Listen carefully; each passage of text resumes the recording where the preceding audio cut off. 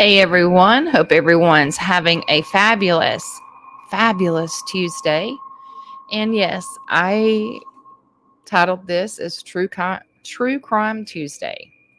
We are going to talk about an unsolved murder from 1983. Her name was Vivian Edwards.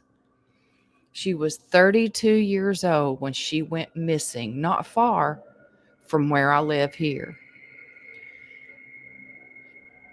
The suspicion all kind of goes around Henry Lee Lucas, which actually in the 80s worked over in Jacksonville. So I was looking at this the other day and it kind of didn't make sense, but then again it did because he admitted to so many murders. Now they asked him about this specific murder because it is still unsolved here in the Panhandle.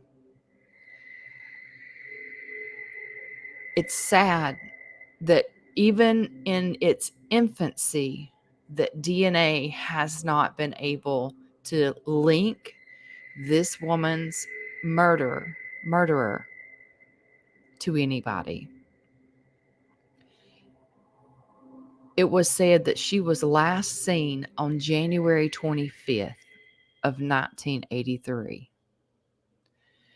What I found odd, well, I don't now, but maybe at her age, that her mom went 2 weeks before she even reported her daughter missing. Now, she had actually been estranged from her husband because her husband actually that same year had beat her. They were going through a divorce, did get a divorce. Now, a prior year to that, she was in a accident.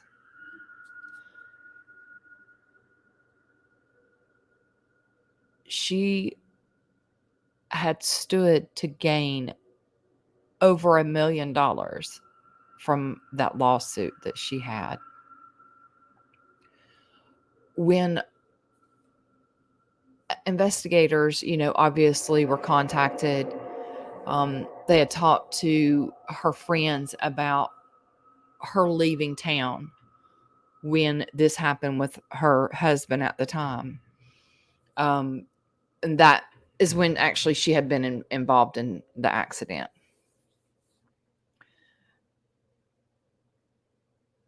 When they went to the house because her mom reported her missing. They questioned her husband, or ex-husband actually, but he actually wanted to remarry her, okay, after he done beat the shit out of her. All her possessions were left in the house. Her shoes, her cigarette lighter that she would take everywhere. Her car was still in the driveway. There was blood found all throughout the house. Now, mind you, back then, it could be my blood and I could have the same blood type because that's all they're doing is figuring out if it's A or AB or, if it's O. So, hell, it could have been her husband's at the time. Obviously, it wasn't because they did test his blood. What if he actually didn't kill her? However, back then, the blood type was the same, which we all know back then you had to get a blood test to make sure you're compatible with having kids if you wanted to have kids, whatever, even in a marriage. But it didn't match. And they suspected foul play. Investigators did find that 2 suspects quickly came to their attention. Clearly, it was her husband. which, again, I say had beaten her. And that actually could have been some of the blood where he had beat her. Once me go through that, once they divorced, he actually was adamant about wanting to remarry her. The investigators in this case wanted, and he agreed to do a polygraph, which everybody knows that, like, people have such a high IQ, and this is my own opinion, mine and mine alone. I think they could just breeze through that because they can control. They're so used to lying and covering up that I really think that they can control that test. That's my opinion. They, like I said, polygraphed him, which he passed.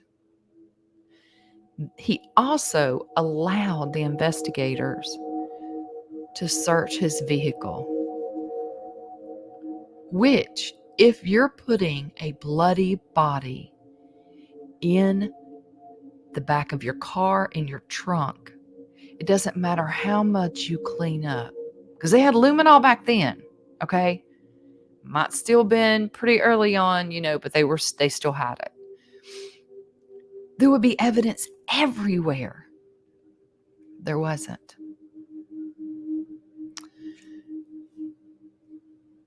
So, in 1994, now mind you, she went missing, okay, in 83. A couple came forward in 1994 and told the police they had known her and that the last time they saw her, that she was scared her husband would kill her. According to police reports, this couple gave her money to leave town. They never saw her again. One of the reports, and I do believe that this couple had said, was that Edwards had told people she was so scared, and she was scared of her neighbor who had chased his own girlfriend into her home, shoved her around, shoved Vivian out of the way, and continued to beat his girlfriend. Vivian had been looking through, that this man had been looking through her window this whole time. When investigators came and they found, now, mind you, her neighbor was a heavy smoker, okay? They found 21 cigarette butts of his brand, already smoked outside of her window. People call them peeping Toms. I call them sexual deviants, or whatever you want to call it.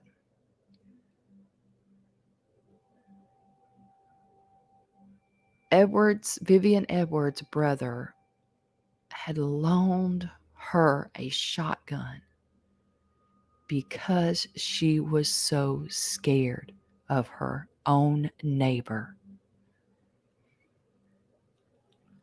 The investigators thought he was the perfect suspect. However, there was not enough to charge the man. Now, two other suspects, which are very well known. I'm going to put this picture up of her. This is how beautiful this woman was. Okay?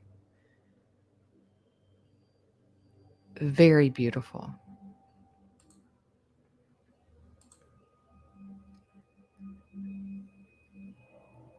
One of the suspects was Henry Lee Lucas, and his so-called partner in crime was Otis Toole. Now, everybody knows who these two serial murderers were. But when I was looking into it, I had no idea that Henry Lee Lucas actually had a job here in Jacksonville. I said Jackson, but it's Jacksonville, Florida. Now, when he was caught at one point with the Texas Ranger, made a comment. There's no way that this man finished up his shift, drove 1,100 miles to murder, period. That's another reason why they think that Henry Lee Lucas is the one that is a suspect. Okay. So, like I said, back then, DNA was kind of in its infancy. So they didn't really have too much information on it and have a lot of tests. And, it's in 83. I mean, come on. We definitely don't have the technology then as we do now. So Otis Toole actually admitted to a lot of the murders. He did admit to this one, but Henry did. Doesn't mean he was charged with it because he wasn't. But the investigators came across to charging Henry Lucas. Both were serial killers. Who didn't know that? Yep. Who wandered around the South, especially the Panhandle, around the time of her disappearance. Holy crap, both of them, even Henry Lee Lucas, admitted to upwards of 600 murders? I mean, come on. He was only convicted of 11, but he admitted to 600, which is outlandish. But who knows? Nobody really knows. So the Texas Ranger, because when he, in late 83, or beginning of 84, when he was arrested, they interviewed Lucas in Texas and questioned him. He said he and Toole had murdered a white female in Bay County around the same time that Vivian Edwards went missing. He didn't give details to support any of it. So I have a question. The known serial killers that traveled through here, could it have been Samuel Little? That's a good question. Could it have been Henry Lee Lucas and Otis Toole? Very likely that it's one of the three. And because the way this lady was beaten and thrown out in a wooded area has me thinking it could be Samuel Little. But on the other hand, it could be Henry Lucas. And I was incorrect when I said that he had boasted about 600. It was 3,000 people that he boasted about killing. No. No. There's no way.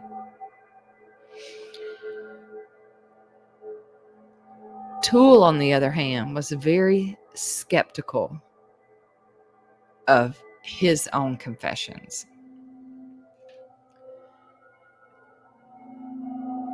However,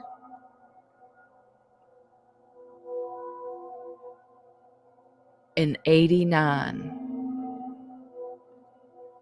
when Toole was questioned, was shown 6 photographs of women that were murdered. Toole actually picked out Miss Edwards' photo and said he and Lucas had killed her. The report shows that both of them drove to a location 2 blocks from her house.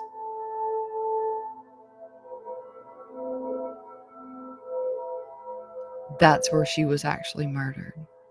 But then they went to dump her body, which I guarantee you it's in Pine Log, because it's 15 minutes from here, and she really lives not far from where I'm at, where I live now. Her body was not discovered, or her skeletal remains, until October the 3rd, 1987.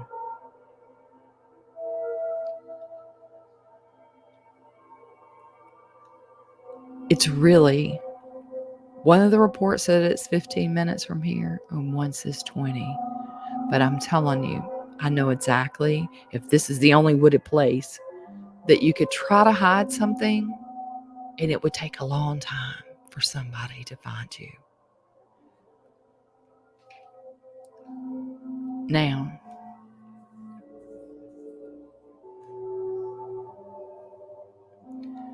when she first, this could be another suspect too, went missing, she was spending a lot of time with a man, I'm not going to say his name. The ex-husband doesn't recall if they were dating or if they were just friends. Almost 30 years, February 4th, to the day Edward's mother reported her daughter missing, a woman called the sheriff's office to talk about Edward's case.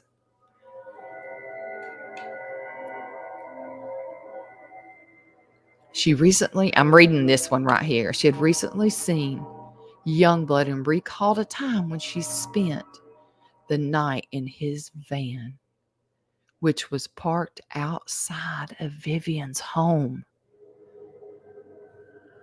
So what was he doing there?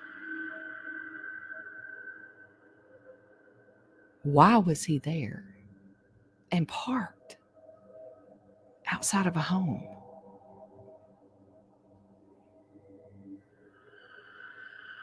However, the investigator said that he had been involved in the investigation for years and that he remembered this man. But if they thought anything, why didn't they move forward? Why didn't they investigate him more? According to her mother and friends, this gentleman had raped her several times. Oh my God, taking nude photos of her, taking nude photos of her.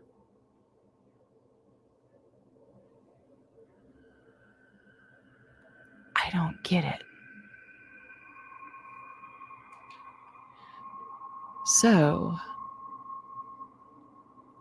this lady that investigators think is credible for coming forward all these years later. Now, this person that they're kind of investigating kind of went by the wayside, lives, what do you think, in a mobile home park in a town called Callaway. Funny thing is, when the investigators went to knock on his door, he had moved out only days before. So, I'm going to leave you with this. And I am going to do a part 2 because I really think, for me, I really, really think that there's 2 suspects, Henry Lucas and Samuel Little. Now, this one that parked his little van outside of her house to kind of harass her and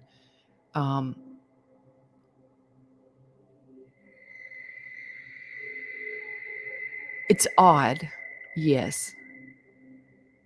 And it is very suspicious because he obviously found out that these people came forward because the investigator said when the door was open, they could hear noises coming from inside. This figure jumped up, runs into the corner. This man was naked, good Lord, was naked, had wrapped himself up in a table. Hold up, a towel.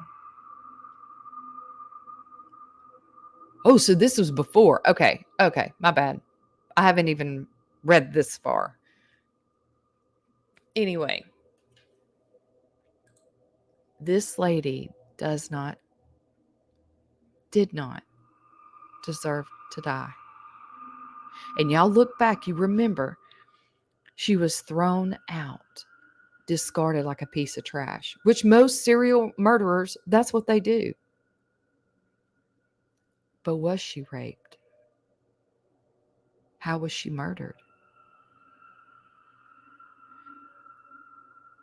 Nobody really knows. It's skeletal remains. Unless they bludgeoned her, then you might, and it have to be with an axe or a hammer, then you might have some indentations in the skull or wherever this person hit her at.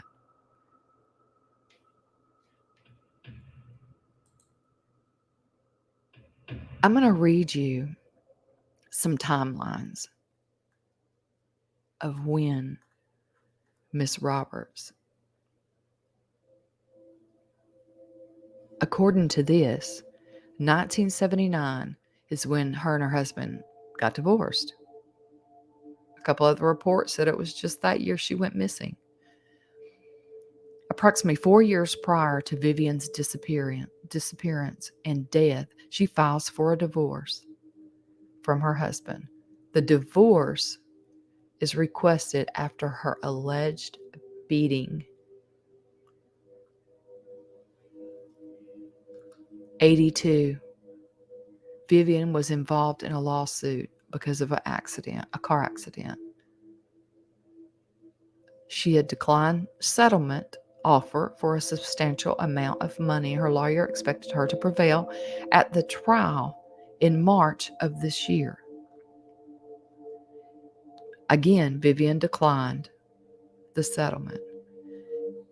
83, January. Allegedly spends time with, I'm not going to say his name, Youngblood. Around the time of her disappearance, Vivian had been spending time with a man, and this is what that said a while ago. Vivian's mother doesn't recall if they were dating or if they were just friends. What the other report said that her ex-husband, but she had watched his children previously. So many questions are still unanswered. Vivian in 1983, January, was last seen on Dolphin right over here.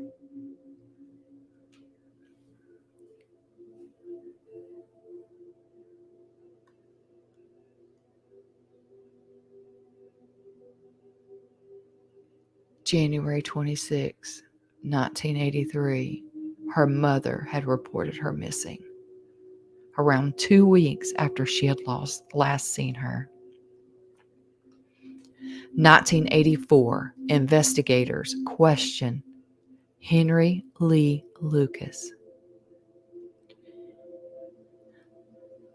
Toole admitted to it. Henry had admitted to murdering a white female in Bay County. Her remains, 1987, her remains were recovered from a wooded area in Walton County. Guarantee you it's pine log forest. Guaranteed. It's 16 miles. Actually, it's more than that now. So, 21 miles from here. From where we used to live, it was 16. But prosecutors decline to charge Toole and Lucas, even though they showed them a picture of this lady and they admitted to it. 1987 is when her remains were identified. Could you imagine going that long not knowing where your child was, your grandchild? Again, in 1989, the authorities had shown images of 6 different women. Otis points to Miss Vivian's picture and says Henry Lee Lucas killed her. While taking Otis for a drive, he directs investigators to an approximate 2 blocks away from Vivian's home. This is twice that it was said that she was killed a few blocks from her home and was taken out to the woods where they dumped her body. According to Toole, after Henry killed Vivian, they drove around about 15 minutes before leaving her body. No, they didn't just leave it, they dumped it in a wooded area in Bay County. Now, mind you, 89, okay, 89 was when they found her remains. Her body, no, I'm sorry, 87 is when they found her remains. 89 is when they investigated the 2 serial murderers. And Otis, oh my God, he was a confessed cannibalist. Oh yes, sick and twisted. 83, okay? Remember, 1983 is when she was reported missing. The couple that comes forward with information waited until 1994. Why would you wait that long? Were you afraid? You obviously knew a lot more, and you obviously knew who did it, or you assumed you thought you knew who did it, and you were terrified of the person because he was still around. A married couple, as I said before, came forward to investigators claiming that they knew Vivian. And the last time they saw Vivian alive, she had told them that she was scared that her husband would kill her. Wow. Now, interesting here, the suspect, Youngblood, in 2007, was arrested for threatening to kill his wife. However, the charges were dropped. 2009, he was arrested again after he had broke into his neighbor's home in the middle of the night. The man would have been dead. I'm telling you, if he'd have broken here in the middle of the night, he'd have been dead. That's all there is to it. Stand your ground. The neighbor recalls waking up and finding Youngblood passed out drunk in the kitchen where he had exposed himself. Sick, twisted people.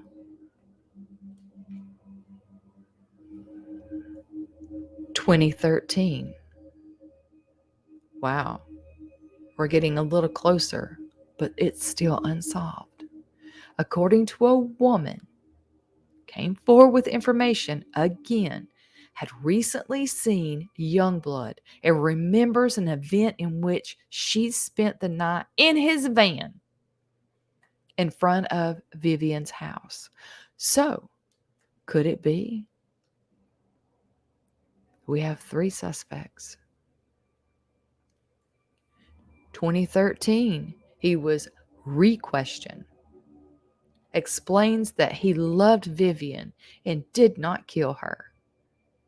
Eventually pleads guilty to rape on an unrelated case and is incarcerated in 2013. And he looks like a sick bastard. Sick. So he probably did that. That's probably not the only person he ever raped. He just got caught this time because of DNA. These murders, this lady, this mom doesn't know exactly or who took her daughter's life. As a mother, yes, I want to know. I want to know what happened. I don't know, maybe it fuels my anger and would fuel my need to find out, to make sure whoever did that to my child paid dearly, dearly for.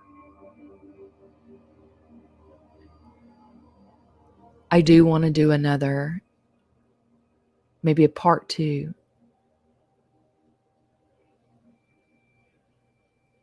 into Henry Lee Lucas.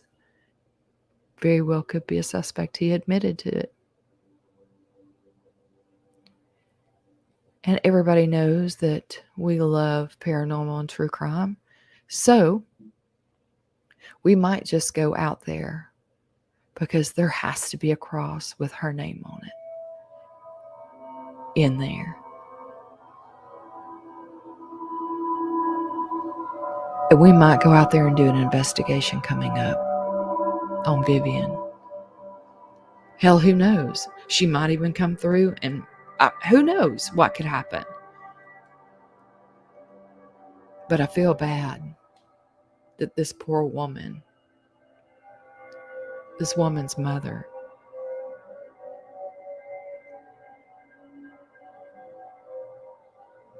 had to find out that her daughter was just dumped like a piece of trash. All right, everyone. I'm going to show you this. That's Lucas right there. Those are the Texas Rangers that arrested him.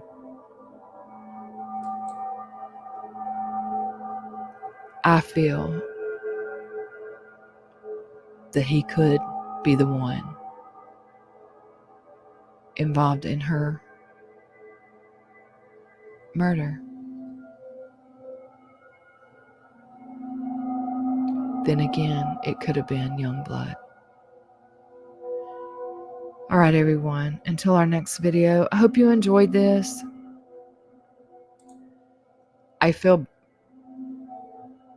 I love true crime. You know what? And this is really, truly my first one. So, if I got a little timeline wrong, I try to, map it out or whatever. But I'll get better as it goes along. All right, everyone. Hope everyone has an amazing week. And happy True Crime Tuesday. Stay salty.